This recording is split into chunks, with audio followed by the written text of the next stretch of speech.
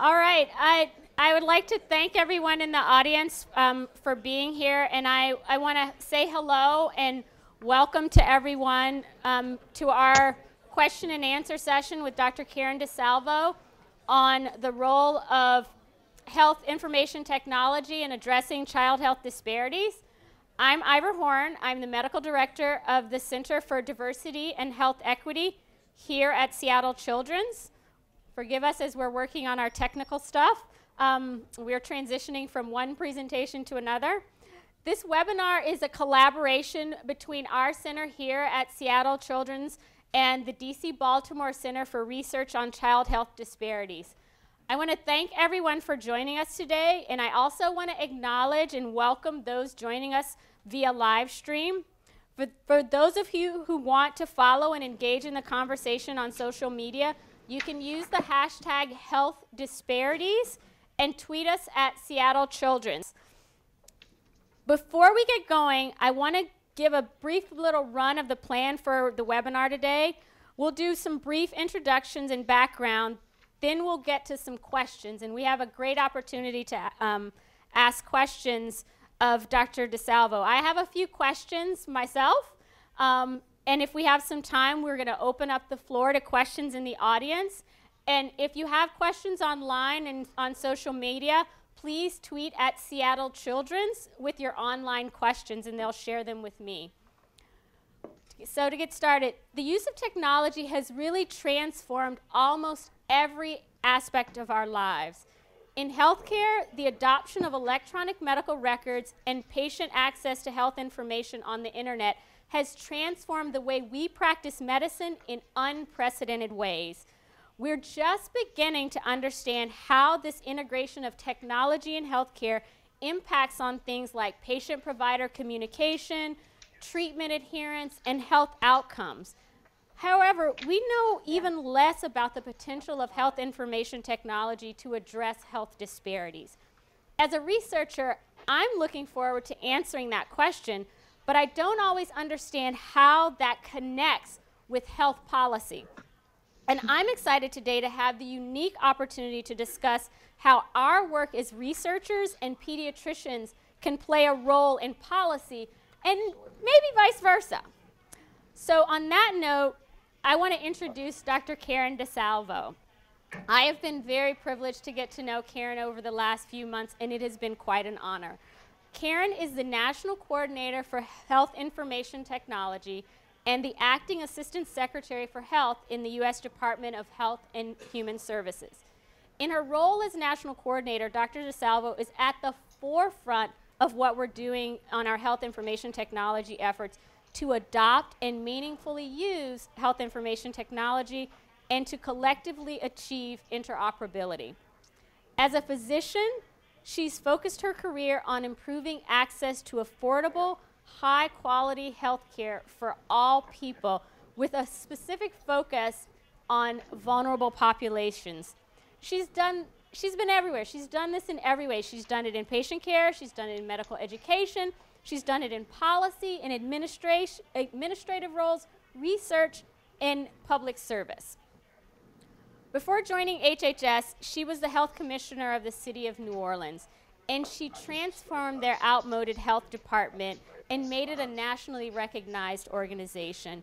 And she established a public health hospital and was involved in establishing a leading public health hospital. And after Hurricane Katrina, Karen was a leader in building an innovative and award-winning model of neighborhood-based primary care and mental health services for low-income and uninsured and vulnerable populations.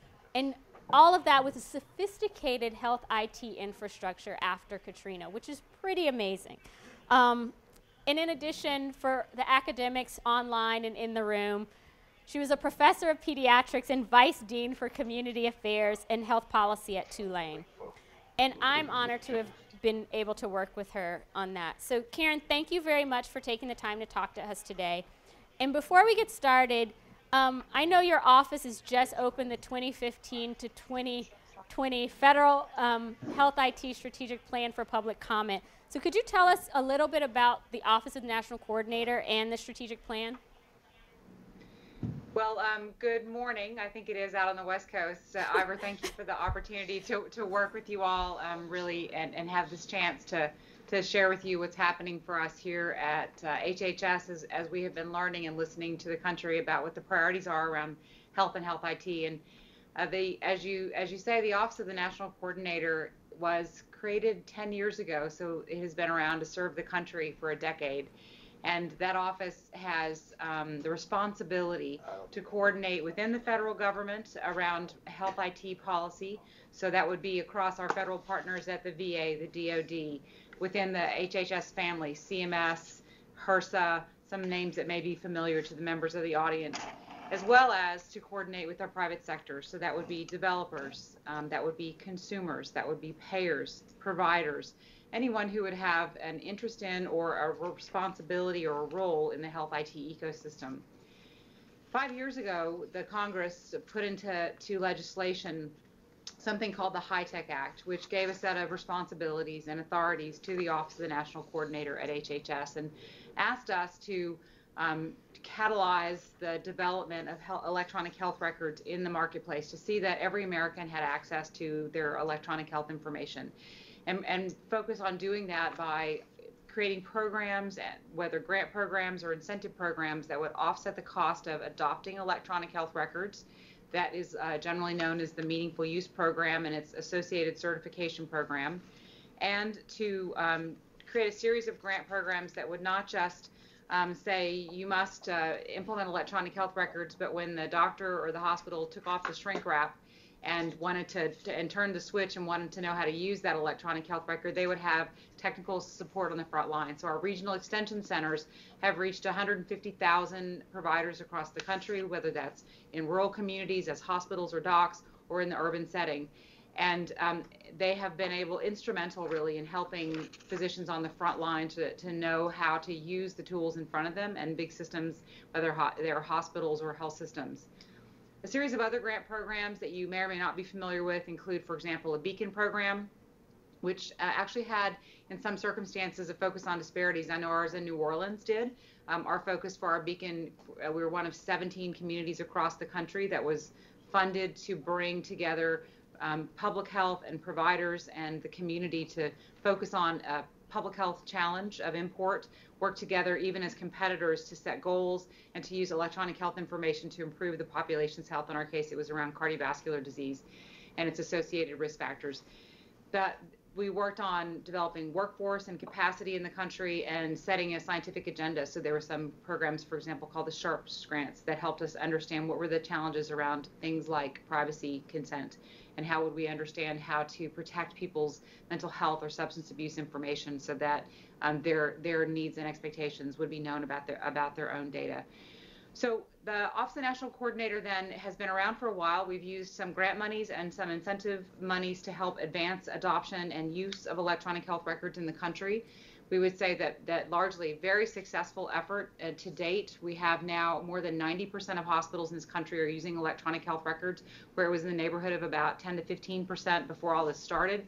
And similarly for physician practices, depending on how you do the count, it's somewhere between 60% to maybe a little bit more of doctors' offices are using electronic health records, some more sophisticated records than others. And we continue to see that movement. I think the big challenge for us as a country right now is that data is being collected, but it's not always free to be put to the good uses that scientists, that consumers, that payers, that providers, that clinicians on the front lines really want it for. And that's really where our strategic plan was going. But I can stop there unless you want me to jump right into the strategic plan that we just put out. Yeah. Why don't you jump right into the strategic plan, and then we'll do some questions from the. I have some questions, and then we'll do some questions from the audience. All right. I had some slides, and so maybe we'll just advance to the slide that just says overview the Federal Health IT Strategic Plan, and I'll share with you kind of what's in that plan and why we did it just now. So next slide. The plan that we had prior to this one was very focused on that legislation I mentioned, that effort around adoption of electronic health records using programs like Meaningful Use. We were thinking quite a bit about how we would described goals and strategies that would see that we would have adoption in the healthcare system of electronic health records. For good reason, we had a couple of $1 billion to spend in just the grant programs, and an estimated some $30 billion eventually in the meaningful use programs, and we wanted to really know where we were going.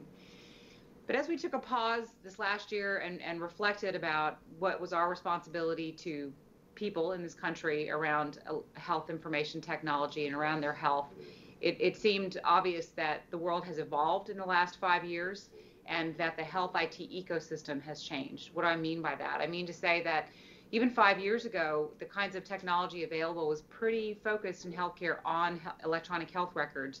But now there's so many more devices, and wearable devices like Fitbits and home monitoring opportunities, and ways that patients can enter their own data.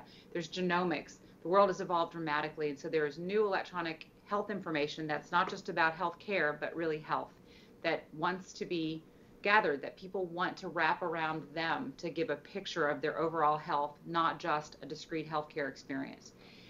And so as we worked with our federal partners, some 37 agencies across the federal government, from NASA through to the VA and the Centers for Medicaid and Medicare Services, as an example, we really were thinking about how we would describe a future in which we were using electronic health information from this broader array of sources to bring health beyond health care, and do that in such a way that we brought all of our federal levers to bear that would advance that on behalf of people in this country, and find a way that we could do that in partnership with the private sector, because it's going to matter that we're all moving in the same direction. As we've been through this process, we certainly, before we published this strategic plan a few weeks ago, had been seeking input. I had personally done about a dozen listening sessions around the country where I had the chance to sit down with consumers and providers, particularly small clinics and public health departments and community organizations, just to hear where they were, try to understand what the gaps were, what the opportunities were, what the vision was, how we thought we could reach a place that we would be swimming in information, not just data, and have a way that we could really improve our own and our community's health. And I've also had the chance, working with Ivor, to participate in some listening sessions with the Robert Wood Johnson Foundation, which have been incredibly rich and helpful, as I've listened in a structured way to what communities in five places in the nation have been saying about what they would do if they had information, what some of the concerns are they have, and really what that vision might look like as they move forward in using health information to improve their health. So let me just give you some high level of what's in the plan. It's still out for public comment until February 6th. So we really want to make sure that people take the time to go to our website at healthit.gov and look for themselves if we are reflective of your needs. And I'll tell this audience, as people with an interest in pediatrics, in children, in some of the issues around that, whether it's educational or research, that I think we really could use your input and thoughts in this document, and I'm going to just lay that to bear right now, because I think there's a lot of opportunity going forward for us to really think better about how we reduce disparities and improve equity and health for everybody, particularly thinking about kids. Next slide. You'll see that the strategic plan is focused really in three kind of broad areas, that we have work still to do in the collection of electronic health information, not only because all of the healthcare experience isn't digitized, whether that's behavioral health or some settings like long-term post-acute care, but also because there's new sources of data coming in. I mentioned genomics as one example, but also self-generated data around people's health. Big push for us, big emphasis in this plan is around the sharing of that information. And when I say that, what I mean is, if you as an individual in partnership with your care provider or through some other mechanism have consent and expectations around the collection of your health information or your patient's electronic health information, it's really helpful and useful in that setting, but it's more useful and powerful if it can move, if it can be freed to be available to your patients, to their caregivers, or to be aggregated in the form of big data to be used for science or population or public health, or to be used longitudinally to really understand the health of people or communities as we move through time or as we age. The use piece is the third part of this plan, because that is really where the value comes in. It's where a lot of where scientists and public health and clinicians and payers and others want to see the opportunity to make use of data, again, with appropriate consent And we are not meaning that we're going to have all this data somewhere at our own disposal, federal government. This is really thinking about how this is done in a distributed manner in the country. But it is at present, as you all know acutely from your lives every day as clinicians or researchers, or even just as people receiving care, data isn't being shared and moving to follow the care continuum, even just that. And so it's really hard to put it to the kind of use that we all want to see to benefit the public's health. Next slide.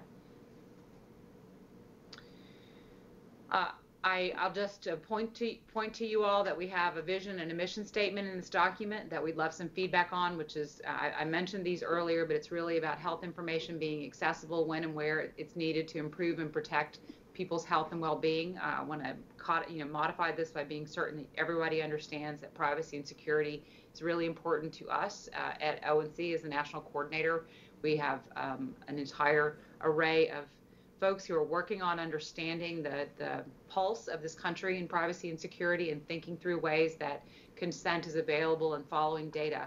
But it is something something meaning information being available where people want it to make good care decisions and other decisions clearly seems to be at the forefront of people's interest. And the mission really around this plan is just to improve health and health care and see that we are spending our dollars more wisely, getting reduced costs through the use of information and technology. Next slide. I'm just going to walk through the top line of the goals of use because I suspect that there's some, as you look in the plan, you'll see some opportunities for places where you all, as clinicians or researchers, would have an interest in using electronic health information for your own populations or otherwise. Just to give you a snapshot of that, thinking about advancing research and science and innovation, not just the sort of traditional roles of advancement, but really thinking about increasingly in this world using data to improve the quality of care, using data to improve the quality of the care experience, to understand the context where people live, learn, work, and play, and how that influences and impacts their health are important elements, and we've tried to bring that out in this document as a new way of thinking about the opportunities to see that electronic health information supports people.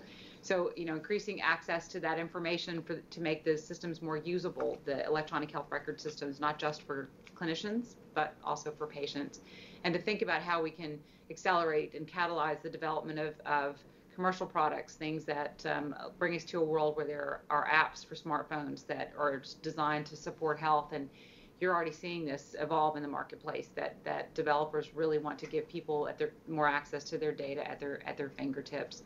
And then to understand how this health information appropriately used and consented and, as it matters, to be blinded, to make sure that it's available for us to understand the health of individuals, of communities, and to see how we can bring more scientific advancement to bear. There's incredibly exciting opportunity around really groundbreaking changes in the way that we treat disease, like precision medicine.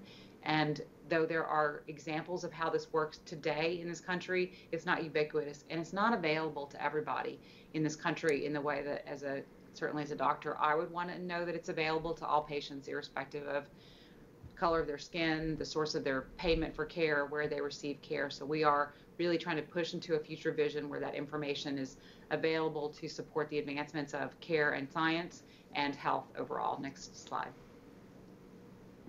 You'll see in the document that we've set some 3- and 6-year outcomes. Those are continuing to evolve as we get feedback from the community on this plan. So you'll start to see some stronger clarity around the measures and the milestones that you can expect from us as we work for you all here at ONC on your behalf to see that we're really advancing health IT, or health IT-ness, as I like to say, of this country. You should note in there also that we talk about which of the federal partners want to contribute to various parts of the plan. There's an alphabet soup here in Washington of folks who are engaged in the process. And what I'm very proud of in this plan is the engagement across government, not just from traditional healthcare parts of this federal family, but from groups like the Administration for Community Living or Administration for Children and Families, the Department of Education, the Department of Justice, thinking more broadly about the non-medical determinants of health. Next slide. So as I mentioned, Ivor, and please, make sure as much as possible we share this with the group who's there today and out and in the Twitterverse. Really want people to take a look at this plan. This is what the federal government is saying it believes is a direction to go for health IT, but we also hope it is a step towards creating really a national agenda, a way that we can all work together to see that the sector of healthcare and health is digitized in a way that other sectors are, so it can bring the kind of empowerment and engagement and equity really to health in this country that I believe that everybody deserves. And with that, I will stop and be happy to take questions. Thank you, Karen. I want to start with a question. We've had lots of discussions in that opportunity. I had the opportunity to go to 5 different cities across the country with the Robert Wood Johnson Foundation. And one of the things that was really apparent to me was sort of the difference between sort of data and technology and data versus information for communities. And particularly as we think about health disparities and the populations that have access to information and access to technology, thinking more about the data and the information on varying levels from communities who have varying levels of access to resources and different types of information. And how do we think about this strategic plan and think about our use of that information to bring to bear, bringing together that information in a way that's really useful to people who are on the ground with boots on the ground, whether it's the community worker, the community provider, or us as researchers? How do we think about some of that? How do you think about some of those things? Well, we in listening to communities talk in those conversations, what strikes me always is that we haven't clearly defined what is the problem we're trying to solve. And you're alluding to this, Ivor, in that, is it that we just want to see, are we trying to solve challenges around people's individual health, or is there an opportunity around community health? Is it an opportunity for innovation? And I would say that at the end of the day, for me, when we back up, it's really about having vital communities and the kind of opportunity for kids that we all would want for our own kids.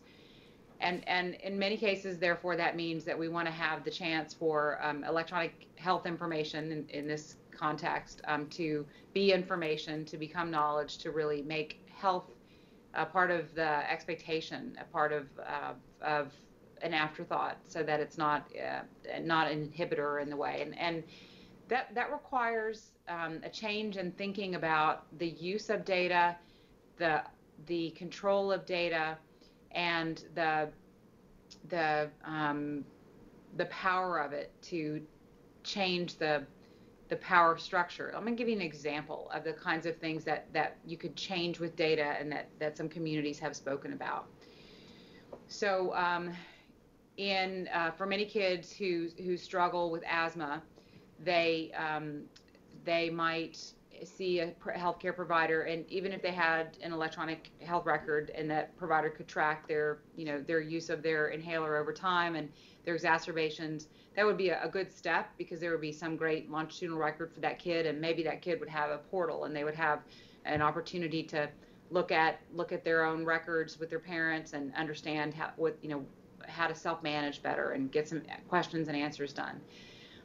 But in that context, many of us would know as docs that you're sort of seeing that one child and that one person and how they respond and react to disease. And you might think that, for example, that the kid's not very compliant with their inhaler because they're having a lot of exacerbations. But if you could take the data from that child's experience with asthma and combine it not just with all of the patients that doctor cared for, or even that health system, but roll it into a de-identified database that was available to public health in that community or to a community organization. Public health would, in this case, be the appropriate entity.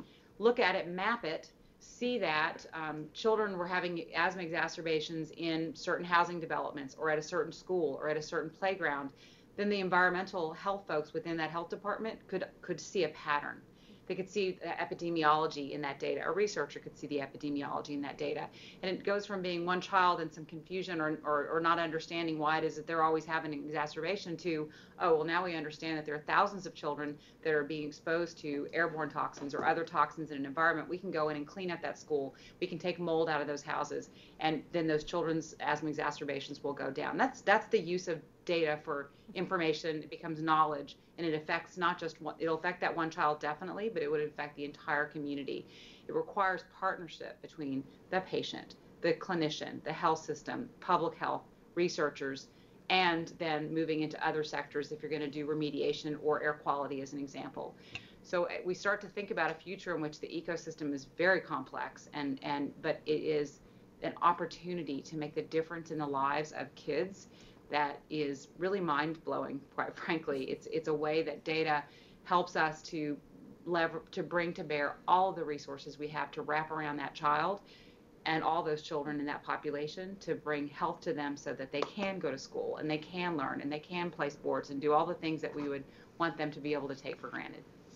I think what's really important about this discussion and what you're talking about, particularly for us as researchers and academics, is to think about the work that we're doing in this much larger context and the need almost for a team and a collaborative effort in the work that we're doing so that we can take the data that we've typically gathered for manuscripts to really put that in an actionable way and to make it action-oriented moving forward, and think about who are the people we need to connect with so that they can take the information that we're learning and to put it to good use moving forward in a timely manner.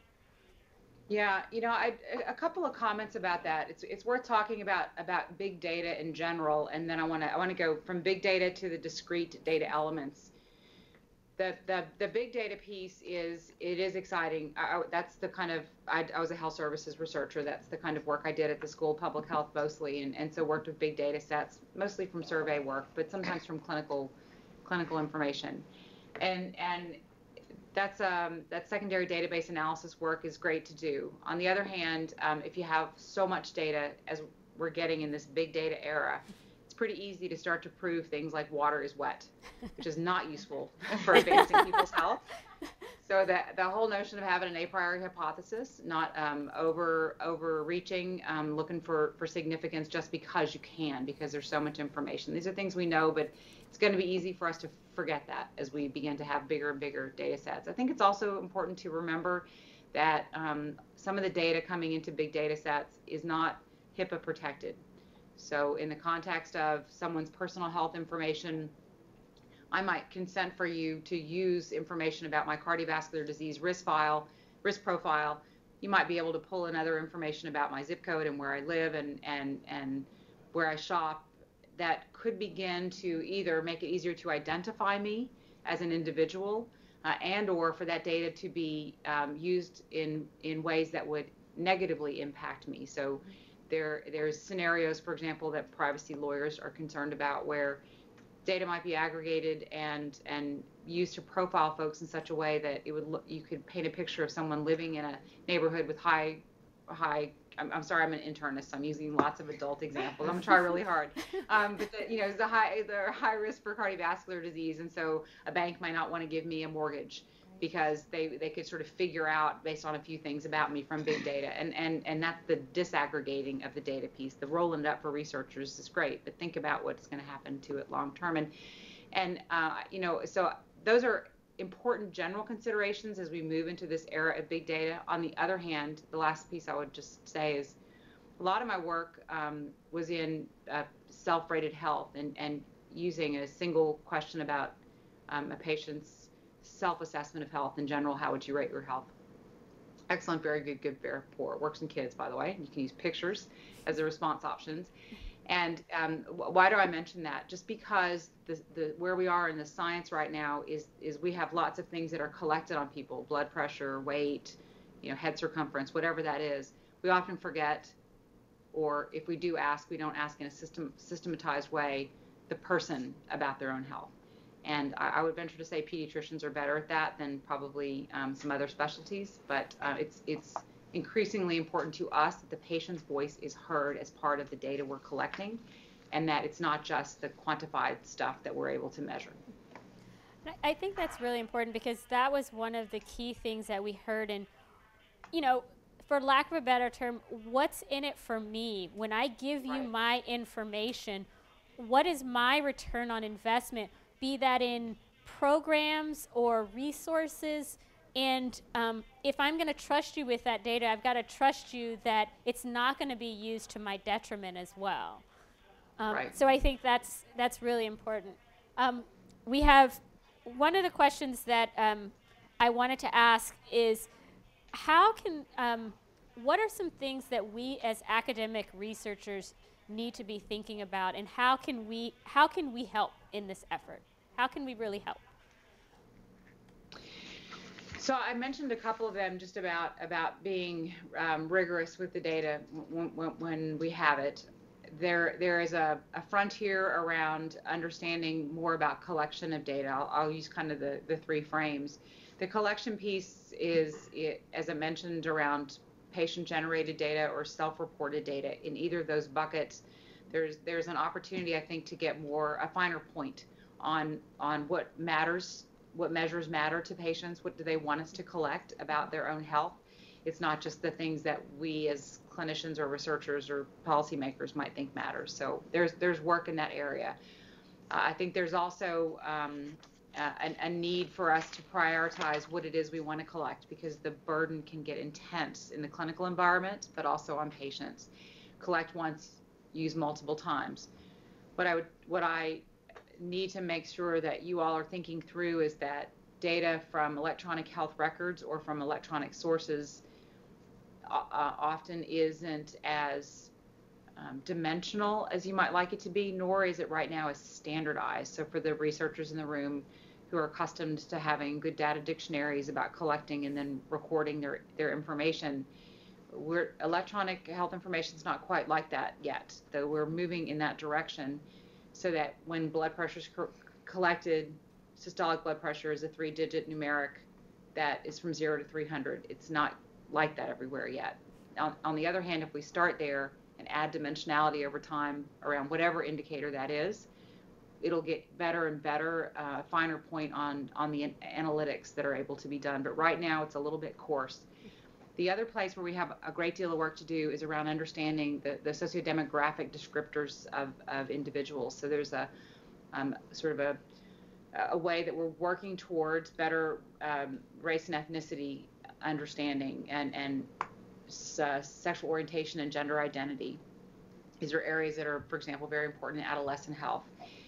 On the other hand, the complexity of doing that on the front lines, it's not just about the questions that are asked from the standpoint of the data. It's about how they're asked, where they're asked in the clinical environment, where you ask sensitive questions like that, and what's the training that's necessary, and how is that information going to be shared. So I think there's still a lot of the real human work to be done about that takes into account culture and sensitivity, and making certain that we're not just wanting to collect information because it's interesting, but what's the sensitive and appropriate way to do that on the front lines. Those are some examples that are off the top of my head.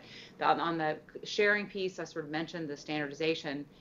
The use piece, again, thinking through what are the problems we're trying to solve with the data, and how can we advance it in such a way that it is mattering to not just us, but also to patients. I think that once we figure out better ways to collect and share the data and aggregate it, it's almost endless what we'll be able to do with the data. And last thing, and I'll stop, is what I've sort of been saying throughout, which is just to keep reminding us, as pediatricians are really good at, because they understand community models of health and medical homes, that health is more than getting people to a doctor. And so the more we can think about the contextualizing of people in their health and lives, and understanding those influences, not just because it's around epigenetics, but it's also all the other important inputs to health, like family income and public safety and stress exposure. It'll really advance our understanding about interventions and opportunities to keep people well and or to improve health.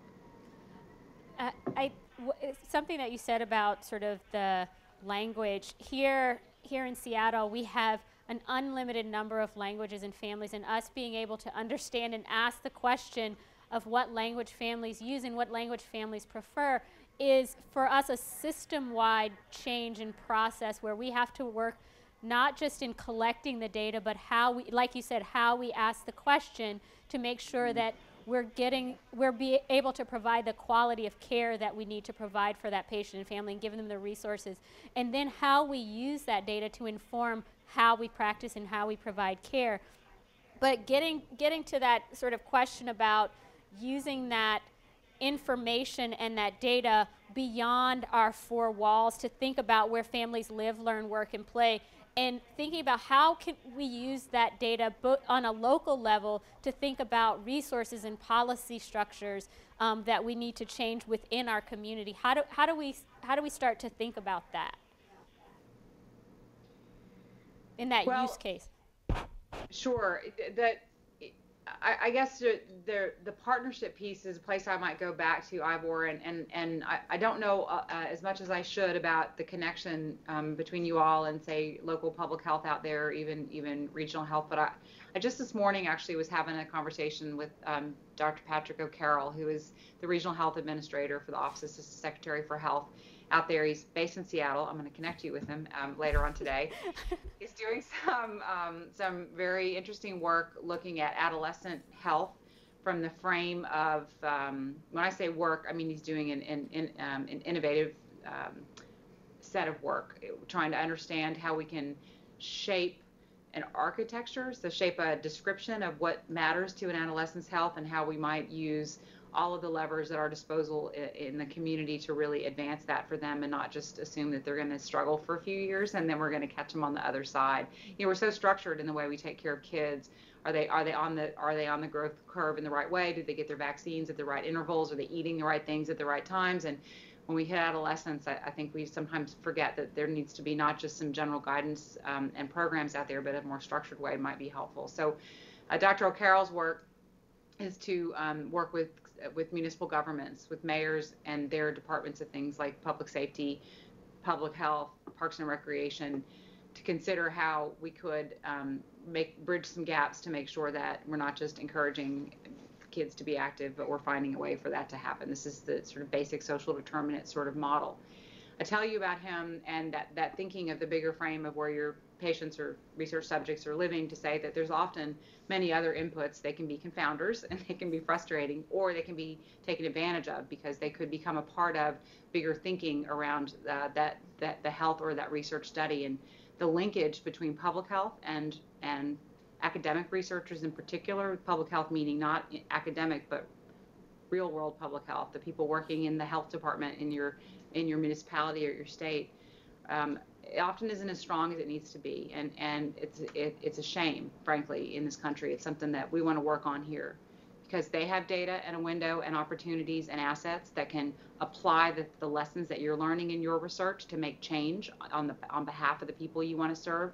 On the other hand, they also have access to data that can inform your research and make it that much richer, so that it tells a story about the subjects and or the subject of your research that is bigger than what you might be able to see just from that clinical environment.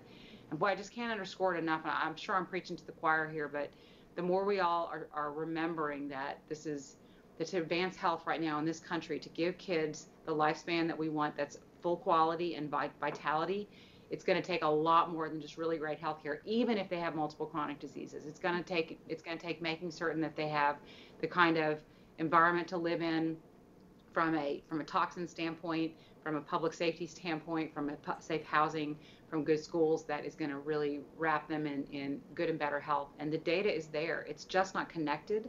It's not providing the kind of information that brings knowledge. And as researchers, you all have this great way to ask these questions and design methods that are going to get us to answers that we can replicate. But as we replicate them, let's remember to do that in partnership with the community, where it's messier, but that's where the real world is going to see some change.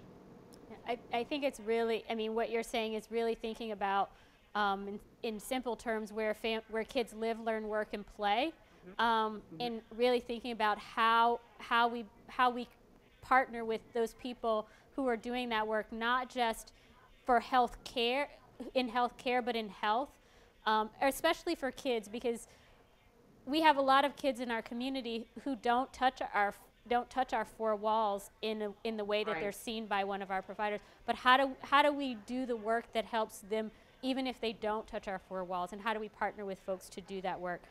I'm Yeah, gonna. I was. Oh, just one quick thing. You've heard me say this because we heard this at one of the convenings that there's some heard that a couple that clinicians often think they have all the data on the community because they have the data on the healthcare sector. But you're exactly right. If people haven't looked at Larry Green's paper about the health ecosystem, they should and be familiar with it because 1 out of 1,000 people in a year shows up at an academic medical center. There's 999 other people that wouldn't even show up in the doorstep, much less out in the community. Only about 200 access healthcare in a given year. So if you really want to think about advancing the public's health broadly and doing this system and environmental and policy level change, we have to find a way to reach more people.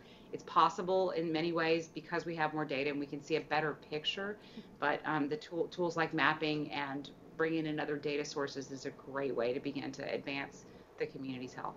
Thank you. And one of the things that someone said in one of the sessions that really resonated with me, particularly within the setting that we do and the researchers, is getting from what's the matter to what matters. And really going out and asking people what matters to them and how do we impact and change on what matters to them. I've been getting some questions from online and from in the community. Some of these things you've answered already, but I'm gonna touch on one of them that you kind of touched on, but you might want to be more concrete about it. Is the efforts in the strategic plan to set standards around interoperability, and you talked about it a little bit in looking at data and standardizing. That come from my team? Huh? What? Did my team submit that question? Is that? No, this was from Lauren Sino in Madison, Wisconsin. Great. So let me give a little more wonky detail to the folks out there. So at the Office of National Coordinator, set this new strategic plan. This is sort of the Fed saying this is what we want to do with your taxpayer dollars. This is the priorities we see in the country. These are the ways that we want to advance health using health IT. Better ways to collect and share and use information. I said share is a area of great emphasis because data collected but locked away in a silo doesn't really help anybody, right? So that sharing piece is interoperability. How do you get there? Where there are examples in the country where it works pretty well, but by and large, we've all had the experience as docs that you want to know something about your patient from before and it's not there, or as scientists when you're trying to merge databases, variables aren't collected in the same way, especially if you're using clinical information from the clinical environment. So one of the critical pathways to getting to interoperability, there are a few of them, but one of them is to be more explicit about the standards. I'll give you another example, which is sort of thinking about the DVD Blu-ray thing. At some point, you had to pick. And in the case of picking standards, we're ready to do that. We have let 1,000 flowers bloom for the last many years. We had the luxury of innovating and experimenting on the front lines, but we've learned a lot about what works and what doesn't. And frankly, the developers of electronic health records and all this new set of innovators who want to create new products that can access data better for consumers, better for scientists, et cetera, want it to be standardized. They want to, I'm going to use data dictionary as an old school health services researcher. They want to know how we collected the variable and that it's going to be readable when it comes out on the other side.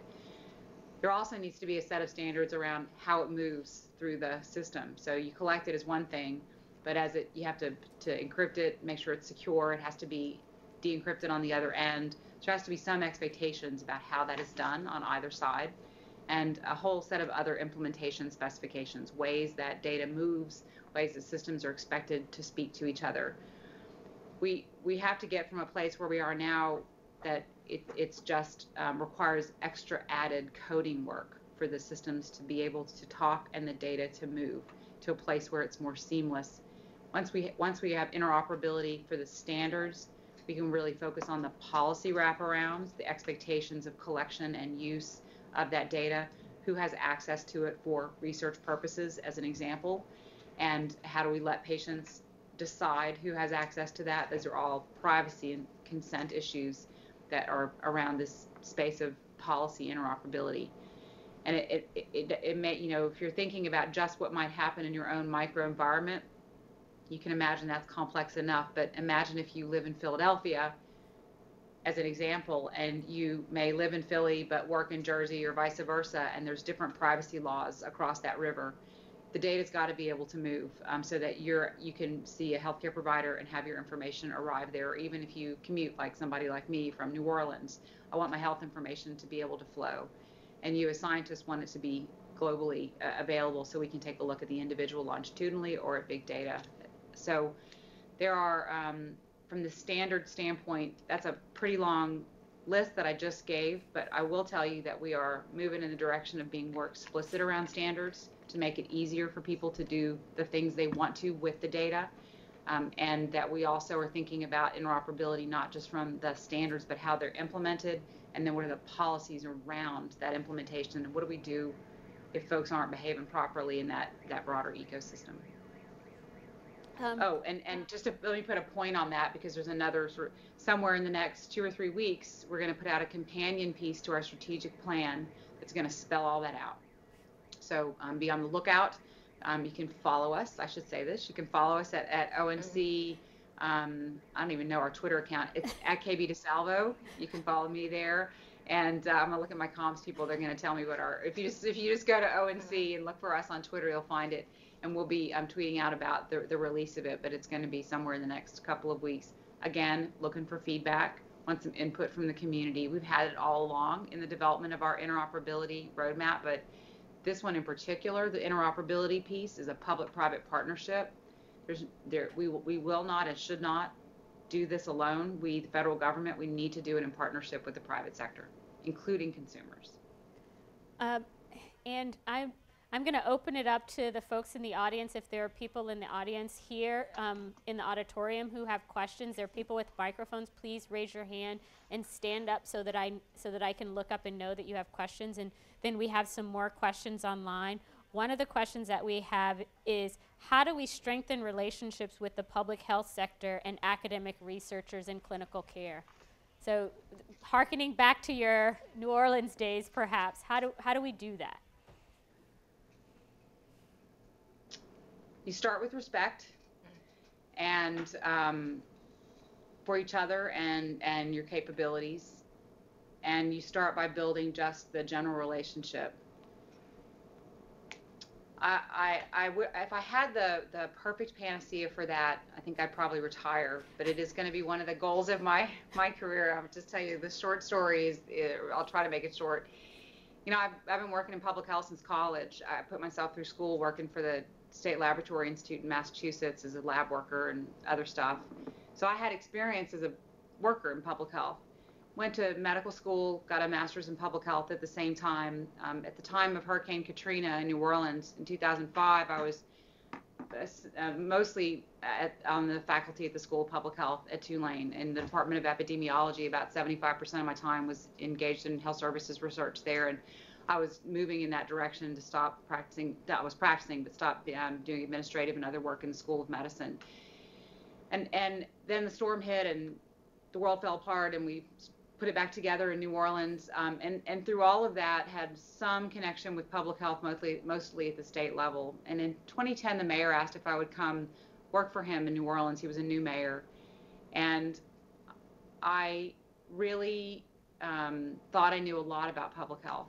I'm just being honest. I thought I was, you know, a scientist, and I had worked in it, and I really had no idea. Because when I went down the street, literally 2 blocks away to City Hall to become the health commissioner, it was such an eye-opening and heart-opening experience for me to see the people who were working sometimes for extraordinarily low wages with very complex situations in the field, on the front lines, in WIC clinics, in well baby clinics, in situations where they had very little resources, but they were so committed to doing the right thing for the public's health every day. And I thought about all the resources that we had in the academic environment just 2 blocks away for data, for information, for health information, for education, for manpower of medical students and public health students who wanted to get out and touch patients and touch people and help. I couldn't believe that in all those years that we hadn't been connected. Now, my going down the street and still being on the faculty of the School of Public Health in that community helped to connect. We built a bridge with the other academic centers. I hope it's durable. I hope it lasts. There's some structural things that I couldn't get into now that we did, though, to make it a part of the way we did business. Now that I'm here in Washington, I would like to see how we can amplify that across the country. There's a real desire of local health departments to have connections with local academic institutions. I think it has to start with our students. It has to start, though, with the respect about the work that each other is doing and understanding that when you're working, especially at the local level in public health, you have sometimes just a couple of nickels and you're responding to literally fires. It's not the kinds of fires that you think about in an imaginary world. You're trying to find housing for people whose house burnt down the night before. So there's got to be an understanding on the part of researchers that it's not real A to Z in public health, but there's so much value in what they have to contribute in terms of skill, experience, capability, data, and the ability to apply your work. And so maybe that's more than you wanted to know, but I would just say go knock on the door. That's the way I would say it. Go knock on the door and say we're here and we want to partner. Karen, I think that's so critical and so important for us to hear and for us to learn, for us to sort of step outside of our four walls and join with people who are doing this work in many, many different ways. I think when we think about health disparities and doing the work of child health disparities, there's that same need for respect when we go to the community and go to community organizations and churches and other folks who are doing this with the same families and the same communities every single day. Right. And what they do impacts on our ability to do what we do in healthcare. So I think we're coming down to the end of our time here, and I really, really want to thank you for taking time with us to participate with us today and to really share this with us, because I think we don't get to, particularly in this environment, we don't get to hear and understand how what you're doing in Washington and what you guys are doing on a policy level really impacts and plays a role and can inform in so many rich ways what we're trying to do as researchers and expand our thinking to make us think differently about how we do the work that we do. So I want to really thank you for that. Do you have any closing comments that you want to say, particularly to go to www.healthit.gov to find the apparently I have our Twitter handle. It's ONC_HealthIT if people would like to follow us. Let me just share a couple things. One, this is a partnership, and the reason I get up and go to work every day is to bring health and equity to people in this country. I'm just going to say that.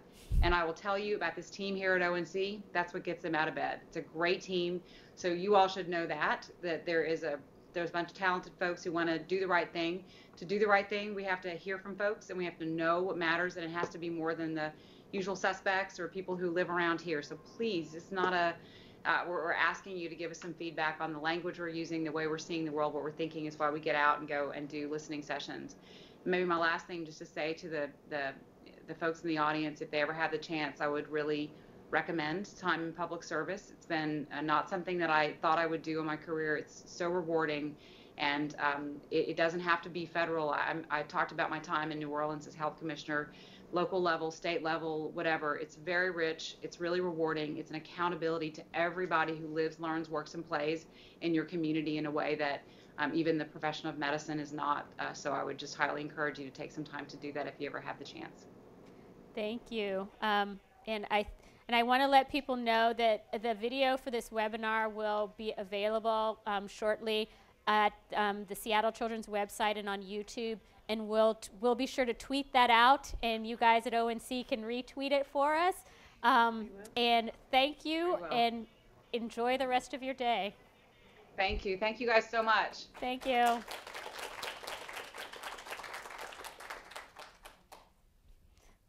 I don't know if we're still connected. Thank you, Karen.